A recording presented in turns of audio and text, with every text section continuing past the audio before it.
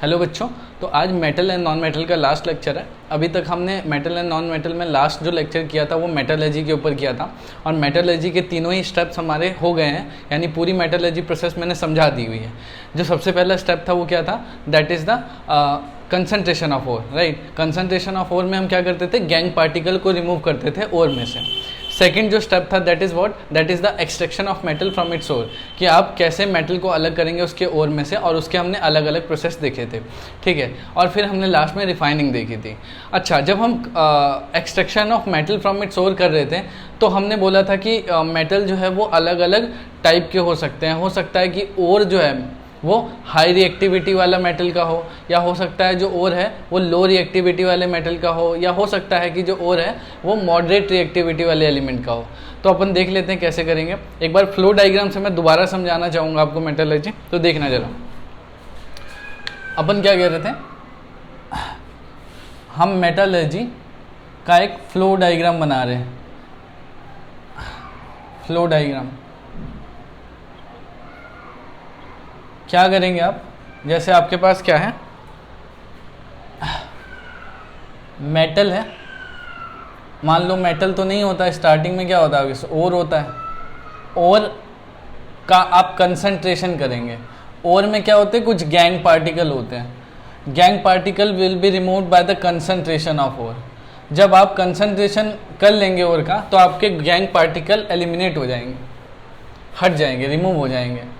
उसके बाद क्या करेंगे आप, उसके बाद अब जब आपके पास ओर आ ही गया है कंसंट्रेशन करने के बाद, तो फिर वो ओर कैसे हो सकते हैं, तीन कैटेगरी में हो सकते हैं। एक ore of metal of high reactivity. High reactivity, अगर आपका हाई रिएक्टिविटी वाला मेटल ओर हो तो आप सिंपल क्या करते हैं, इलेक्ट्रोलिसिस करते हैं। जैसा मैंने पिछली क्लास में समझाया था NaCl के केस में या Al2O3 के केस में, जिसमें मेटल हाई रिएक्टिविटी वाला होता है, आप उसको डायरेक्ट क्या करें, इलेक्ट्रोलिसिस करिए, तो आपको जो भी मेटल मिलेगा वो प्योर ही मिलता है, ठीक है। तो इलेक्ट्रोलिसिस करिए और आपको क्या मिल जाएगा, प्योर मेटल मिल जाएगा। इलेक्ट्रोलिसिस में ही रिफाइनिंग हो जाता है, राइट। सेकेंड स्टेप नहीं, दूसरा क्या हो सकता है कि और उस मेटल का मिले जो क्या है, मॉडरेट रिएक्टिविटी जिसका है, और of metal of moderate reactivity. ऐसे मेटल के और जो मॉडरेट रिएक्टिविटी रखते हैं, जैसे कि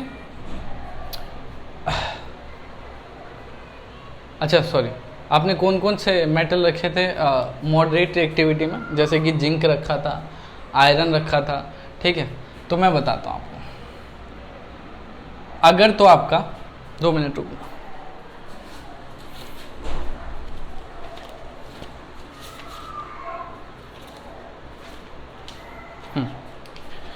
अगर आपका ऑक्साइड ओर है,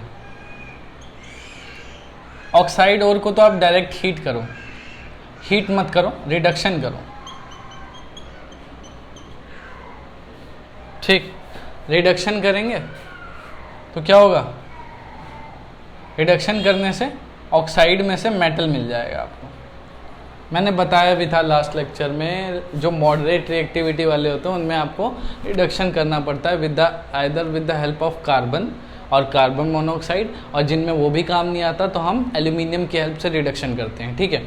तो अगर आपको ऑक्साइड ओर है तो आप उसका रिडक्शन करिए, ठीक है। कैसे करेंगे, या तो कार्बन से करेंगे, या कार्बन मोनोऑक्साइड से करेंगे, या एल्यूमिनियम से करेंगे, जिसकी ज़रूरत हो। उसके बाद अगर आपके पास कार्बोनेट ओर है,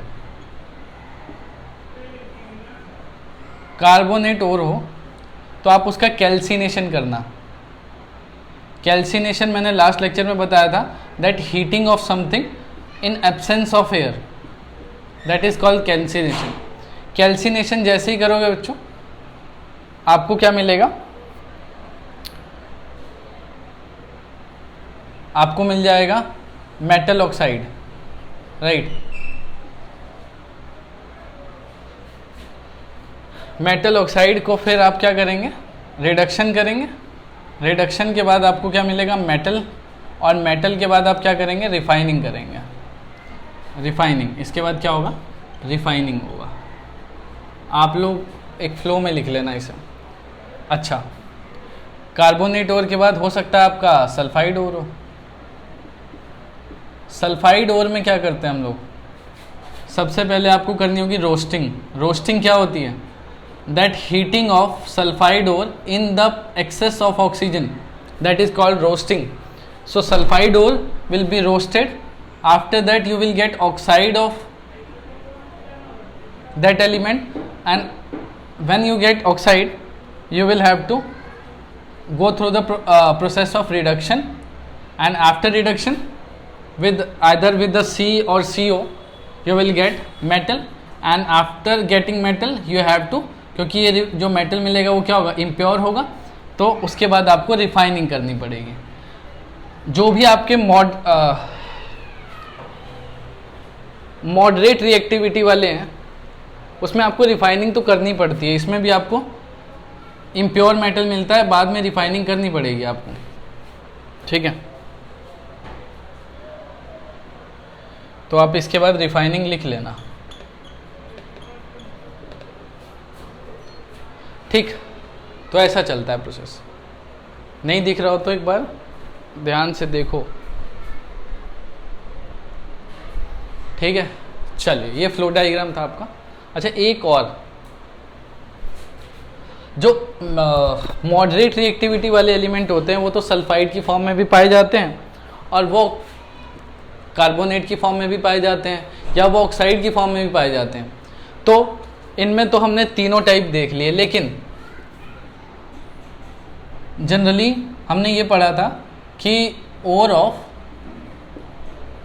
मेटल ऑफ लो रिएक्टिविटी, तो लो रिएक्टिविटी वाले में जितने भी एलिमेंट होते हैं वो क्या बनाते हैं, सल्फाइड बनाते हैं, ठीक है।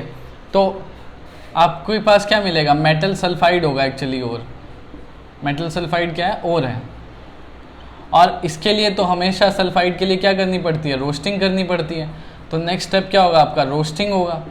After roasting you will get what, you will get metallic oxide, but this metallic oxide need not to be reduced with the help of carbon or carbon monoxide. You have to just heat it simply to get the metal, right? So आप simple heat करिए, you will get a metal. That metal is impure obviously. After getting impure metal you can get a crude metal by refining, right? तो ऐसा है। तो ये flow diagram से आपको समझ में आएगा पूरा, जैसे भी प्रोसेस चलता है आपका मेटलर्जी का, राइट। तो ठीक है, यही था मेटलर्जी का सारा प्रोसेस, ठीक। इतना अलग है हमारा। This is ore of metal of low reactivity के लिए सारा प्रोसेस इधर को गया हुआ है, ये ore of metal of moderate reactivity के लिए, ठीक है। And this is ore for metal of high reactivity के लिए। हाई रिएक्टिविटी में तो आप सीधा इलेक्ट्रोलिसिस करिए, आपको प्योर मेटल ही मिलता है, ठीक है। चलिए नोट कर लो फटाफट, आगे करेंगे corrosion. I am counting from 1 to 5, 1 2 3 4 5, okay, ठीक है जी।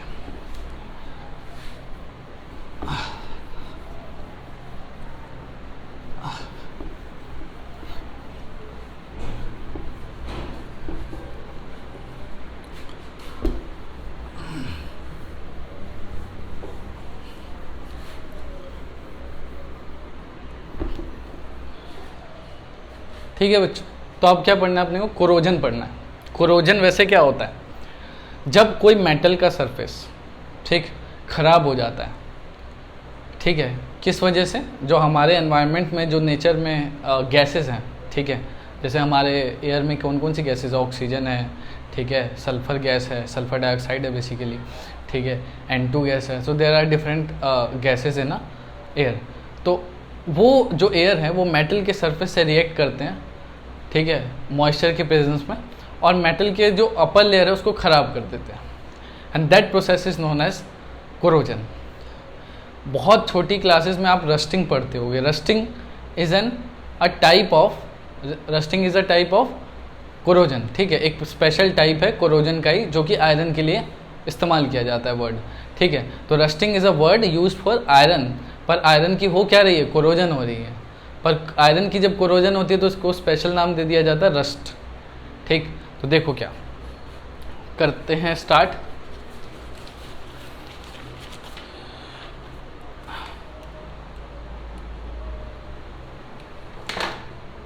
देखिए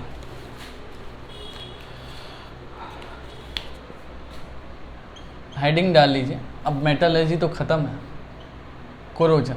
वैसे कोरोजन बहुत बड़ी समस्या है, ठीक है, बहुत ज़्यादा लॉस होता है इससे मेटल की चीज़ों का। अब मेटल तो जितना हैवी मशीनरी होती है इंडस्ट्री में सारी मेटल की बनी होती है, घर में जो बिल्डिंग कंस्ट्रक्शन होती है उसमें भी मेटल इस्तेमाल होता है। तो अगर कोरोजन हो रहा है तो it will be very economically evil, ठीक है, आप क्या कह सकते हैं, नुकसान करता है काफ़ी इकोनॉमिकली। तो कैसे नहीं, पहले समझो कोरोजन होता क्या है, ठीक। पहले मैं कुछ रिएक्शन लिख रहा हूँ, जैसे आयरन का रिएक्शन ऑक्सीजन के साथ, ठीक, in the presence of moisture, x molecule of water लिखा है, मॉइस्चर है, ठीक है। एयर में मॉइस्चर भी तो होता ही है ना, ऑक्सीजन, और ये कहाँ से लिया गया है, from air, right, moist air से। आपका बनता क्या है बच्चों, Fe2O3 dot x molecule of water. ये एक्स उस पर डिपेंड करेगा कि आपने कितने मॉलिक्यूल ऑफ वाटर लिया था। This is what, hydrated ferric oxide, and hydrated ferric oxide is called rust, इसको रस्ट बोलते हैं,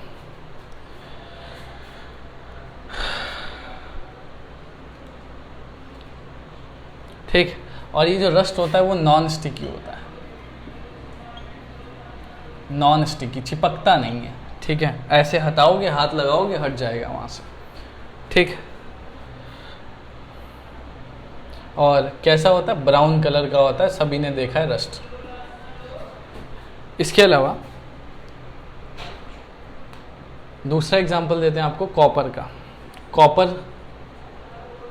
का कोरोजन। एनवायरनमेंट में कार्बन डाइऑक्साइड होता है बहुत कम मात्रा में, ऑक्सीजन होता है, पानी तो होता ही है, ये तीनों के साथ रिएक्ट करता है कॉपर, ठीक है। हर एक मेटल जरूरी नहीं कि एनवायरनमेंट में जितने गैस है उससे रिएक्ट करेगा, जिसके लिए उसकी रिएक्शन पॉसिबल है उसी से रिएक्ट करता है, ठीक है। तो जैसे कॉपर जो है वो कार्बन डाइऑक्साइड, ऑक्सीजन और वाटर तीनों से रिएक्ट करता है, जबकि आयरन सिर्फ ऑक्सीजन और मॉइस्चर से ही करता है, ठीक है। तो अपनी अपनी टेंडेंसी है रिएक्ट करने की। यहाँ पे क्या बनेगा आपका, copper carbonate dot copper hydroxide, ठीक। यहाँ पर कॉपर हाइड्रोक्साइड आपको पता है OH लगा है तो बेस है, तो इसको पता है क्या बोलते हैं, इस पूरे कंपाउंड को बोलते हैं basic copper carbonate.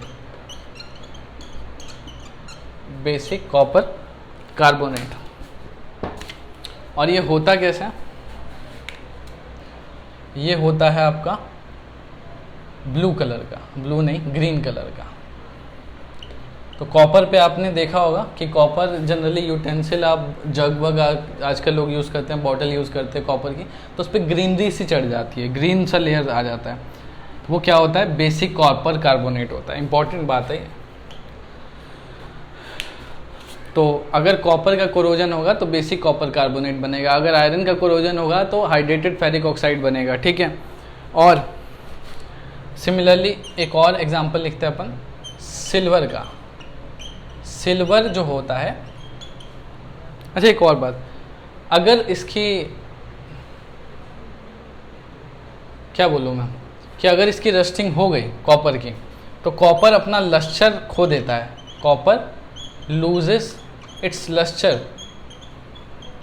Shiny property खो देता है आफ्टर कोरोजन, क्योंकि पीतल तो चमकता है लेकिन जो आपका बेसिक कॉपर कार्बोनेट है वो नहीं चमकता, ठीक है। चलिए अब आ जाइए सिल्वर पे।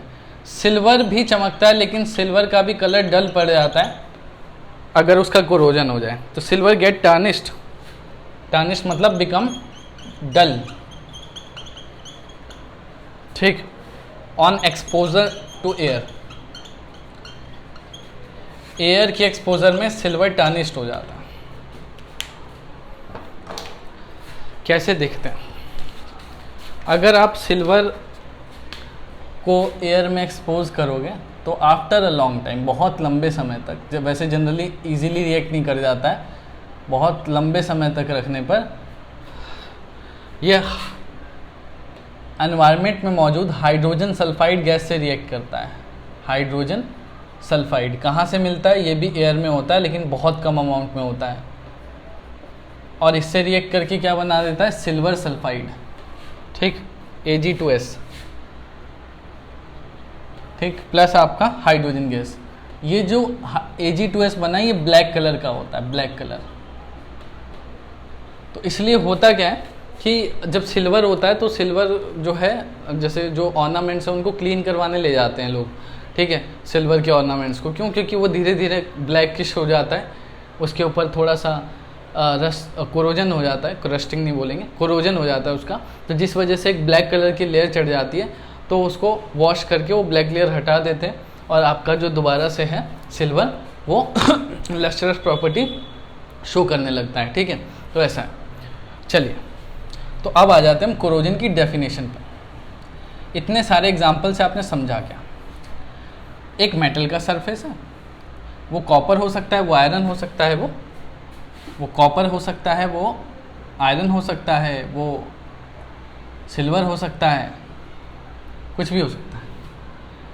उस पे एयर आ रहा है, एयर आने की वजह से कॉपर, बेसिक कॉपर कार्बोनेट बना रहे हैं, आयरन क्या बना ले रहा है? रस्ट बना ले रहा है, हाइड्रेटिक फेरिक ऑक्साइड, और जो सिल्वर है वो क्या बना ले रहा है? सिल्वर ऑक्साइड बना, सॉरी, सिल्वर सल्फाइड बना दे रहा है। तो इस वजह से जिसका अपर लेयर जो है वो डेप्लेट हो जाता है, खराब हो जाता है, अपर लेयर डेप्लेट हो जाता है, या इनफैक्ट ये बोलें कि अपर लेयर क्या बन जाता है? अगर आप ये कॉपर लें तो बेसिक कॉपर कार्बोनेट बन जाएगा अपर लेयर। अगर आपने आयरन लिया, ठीक है, तो आपका क्या बन जाएगा? Fe2O3.XH2O यानी हाइड्रेटेड फेरिक ऑक्साइड बन जाएगा। और अगर आपने सिल्वर लिया तो सिल्वर क्या बना लेगा? Silver sulphide. तीनों ही केस में ये अपर लेयर खराब हो जाएगी। ठीक है, तो इसको रिमूव करोगे तो फिर दोबारा एयर इसके नीचे वाले लेयर पे अटैक करना शुरू कर देगा, and this is what the corrosion will be, right. तो होता क्या है, लिख देते हैं definition. The process of slowly eating up, the process of slowly eating up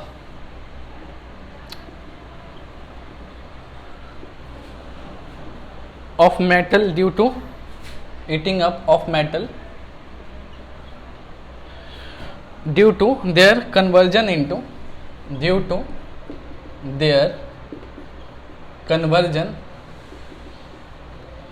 into into oxides, carbonates or sulfide, etc.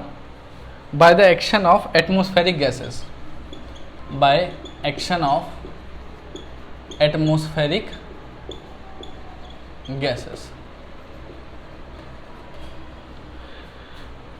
and moisture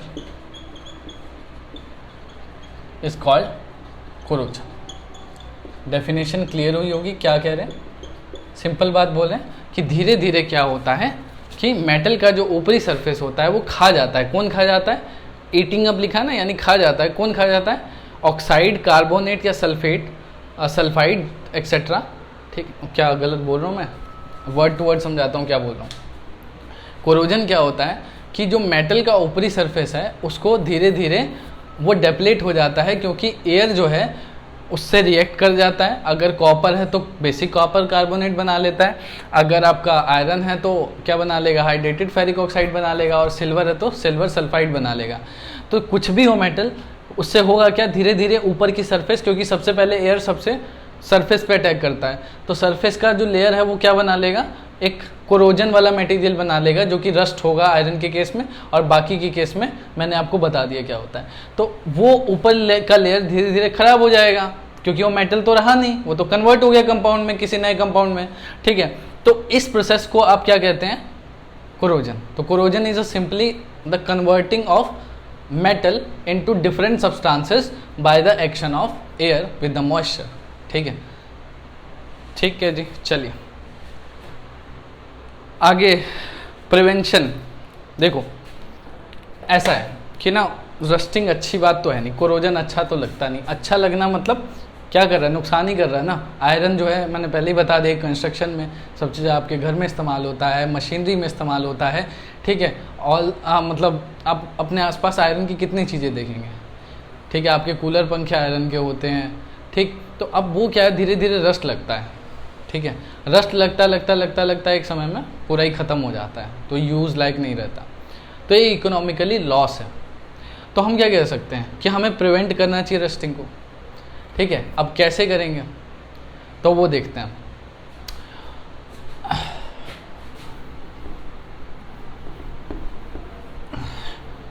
वैसे आपने छोटे होते देखा होगा यार, पापा हमारे कूलर को पेंट कर देते थे, खुद ही कर देते थे।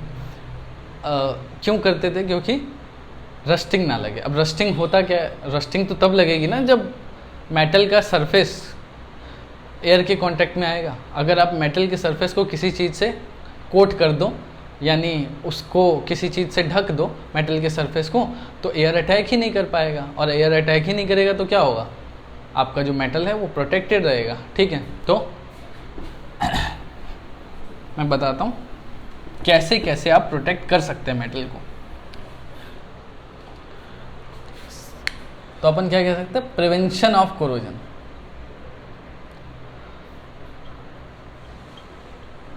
कोरोजन का प्रिवेंशन क्या हो सकता है? सबसे पहले आप पेंट कर दीजिए। सबसे आसान मेथड है कि पेंट कर देना। अच्छा, पेंट के अलावा ग्रीसिंग कर दीजिए। मशीनरी पार्ट होते हैं ना, या साइकिल होता है, या आपका मोटरसाइकिल होता है, या आपके व्हील्स होते हैं जो रोटेशन वाली चीज़ें होती हैं, उसमें ग्रीसिंग और ऑयलिंग हेल्पफुल होती है क्योंकि उसमें हम पेंट नहीं कर सकते, ठीक। थर्ड जो है गैल्वेनाइजेशन। गैल्वेनाइजेशन क्या होता है?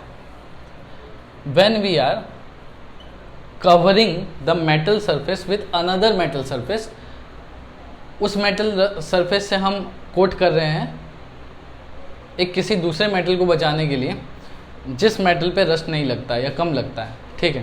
तो आप ये क्या कह सकते हैं? The process of coating iron object, the process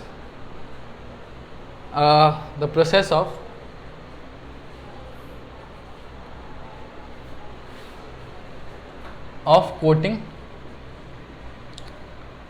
iron layer या iron object with a thin layer of zinc, with a thin layer of zinc। जब हम किसी आयरन के ऑब्जेक्ट को बचाने के लिए जिंक की परत चढ़ा देते हैं उस पर, तो उसको क्या बोलते हैं? गैल्वेनाइजेशन। तो the process of coating iron object with a thin layer of zinc. अब जिंक पे ना आसानी से रस्ट नहीं लगता, इसीलिए जिंक को आयरन के ऊपर लगाया जाता है, ठीक। The process of coating a iron object with a thin layer of zinc, simple. Fourth है कोटिंग विद टिन। टिन से कोट कर दो। Coating with tin, chromium and nickel, तीन चीज मिलाने आपको। टिन, क्रोमियम एंड निकेल, इसकी हेल्प, तीनों की हेल्प से आप कोटिंग कर दीजिए। दीज मेटल्स, जितने भी आपके टिन है, क्रोमियम है, निकेल है, these metal resist, this metal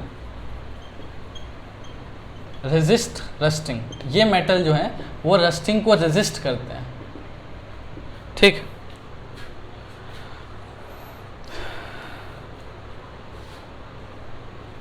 तो जब इसकी लेयर हम चढ़ाते हैं तो आपका आयरन ऑब्जेक्ट प्रोटेक्ट हो जाता है, ठीक है। सिंपल गैल्वेनाइजेशन की तरह ही है, पर इसको गैल्वेनाइजेशन नहीं बोल रहे, ठीक है। पर होता तो वही है कि टिन, क्रोमियम और निकल तीनों को मिक्स करके आप क्या कर दीजिए, मेटल जो आयरन है उसको प्रोटेक्ट करने के लिए उसके ऊपर लगा दीजिए, ठीक है, तो प्रोटेक्ट हो जाएगा। लास्ट जो है दैट इज एलॉइंग। जिस मेटल को आपको प्रोटेक्ट करना है उसका एलॉय बना दो किसी और मेटल के साथ, एलॉइंग विद निकल एंड क्रोमियम। आपने अभी तो पढ़ा क्रोमियम पे जंग नहीं लगता, निकल पे इतनी जल्दी जंग नहीं लगता, तो आप क्या करिए, आयरन को निकल और क्रोमियम में मिला दो ताकि आयरन का जो रस्टिंग का प्रोसेस है वो स्लो हो जाए, ठीक है।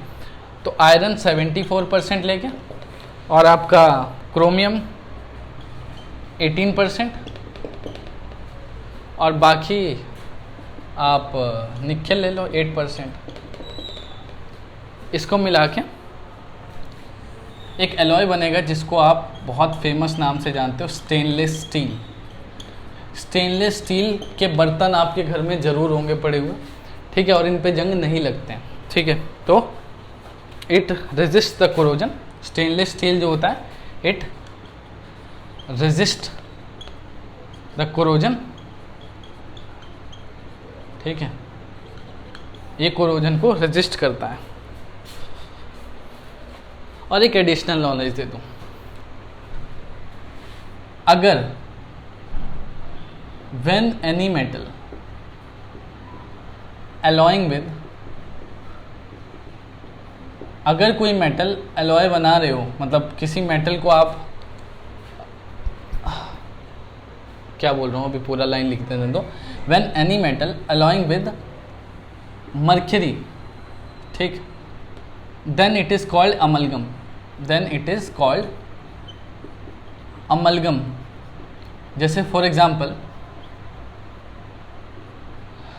इम्पॉर्टेंट है ये बात, जैसे सोडियम ने मरकरी के साथ एलॉय बनाया, ये एलॉय है क्योंकि दोनों मेटल हैं, तो क्या होगा, इसको उसका नाम पड़ेगा सोडियम अमलगम। ऐसे ही जिस भी एलिमेंट के साथ मरकरी एलॉय बनाता है, ठीक है, तो उसको हम क्या बोलते हैं, उस मेटल का अमलगम बोलते हैं। जैसे सोडियम के साथ अमलगम ने बनाया तो सोडियम अमलगम हो गया, पोटेशियम के साथ बनाएगा तो पोटेशियम अमलगम हो जाएगा, ठीक है। तो जिस भी मेटल के साथ मरकरी बॉन्ड बनाता है उस मेटल का अमलगम बना लेता है, ठीक है, उस जो वो एलॉय है उसका नाम पड़ जाता है अमलगम, ठीक। तो बस इतना ही था। तो ये फाइनल लेक्चर था आपका मेटल एंड नॉन मेटल का, आपका ये पूरा चैप्टर ख़त्म हो गया। एक बार गो थ्रू लो लेक्चर को, कोई डाउट है तो कमेंट कर दो मेरे को, ठीक है, डाल दीजिए, मैं पूरे एफर्ट से आपका आंसर दूंगा, ठीक है। और इसके जस्ट नेक्स्ट लेक्चर में, लेक्चर तो नहीं होगा, ठीक है, मैं आपको एक शीट अपलोड करूंगा एक वीडियो की फॉर्म में, जो कि मैंने पिछले चैप्टर में भी की थी एसिड बेस एंड सॉल्ट में, तो इसमें भी एक शीट अपलोड होगी, वो शीट पक्का करनी है, ठीक है। और उस शीट में कोई डाउट आए तो प्लीज़ कमेंट करना। और थैंक यू सो मच इस वीडियो को देखने के लिए, bye bye, thank you so much.